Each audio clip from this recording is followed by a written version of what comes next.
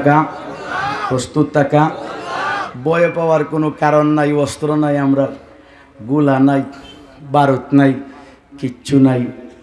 আমরা ভয়, অস্ত্র না থাকাতে ভয় পাইতাম না, বরং আমাদের পূর্বপুরুষরা অস্ত্রের পরোয়া করেননি। শাহজালাল রহমতুল্লাহ রাজা গোরগোবিন্দরে তারাইতে কি লাঠি ব্যবহার করছেন? অস্ত্র ব্যবহার করছেন? বোমা ব্যবহার করেছেন? কি ব্যবহার করছেন? কি ব্যবহার করছেন? আল্লাহু আকবার ব্যবহার করেছেন। আল্লাহু আকবরের আওয়াজ যখন চালু হয়েছে, আল্লাহু আকবরের আওয়াজে রাজা গোরগোবিন্দ জুতা মুজা থইয়া বাকছে। বোঝা গেল সত্যিকারের ইমানদারের সবচেয়ে বড় অস্ত্র হলো আল্লাহু আকবার। কথা বলেন ঠিক কিনা? আরো জোরে বলেন ঠিক কিনা?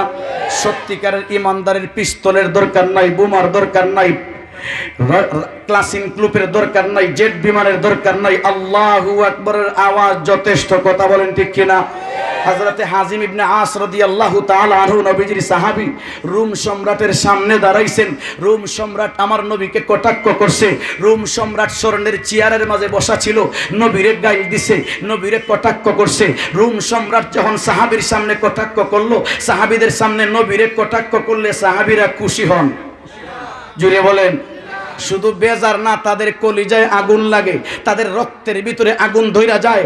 হযরতে হাজিম ইবনে আস রাদিয়াল্লাহু তাআলা আনহুর সামনে যখন রাসূলকে কটাক্ষ করছে, উনার আর বরদাস্ত হয় নাই। তাকায়া দেখলেন শত শত সেনাবাহিনী উনার দিকে অস্ত্র তাক কইরা আছে, উনার হাতে কিছু নাই, খালি হাত। খালি হাতটা উঁচা কইরা একটাবার চিৎকার দিয়া ইমানি চেতনা লাগায়া, ইমানি জজবা লাগায়া আল্লাহু আকবারের আওয়াজ দিছেন। হাজিম ইবনে আস রাদিয়াল্লাহু তাআলা আনহুর আল্লাহু আকবারের আওয়াজে রোম সম্রাটের স্বর্ণের চেয়ার ভাঙ্গা টুকরা টুকরা হয়ে যায়।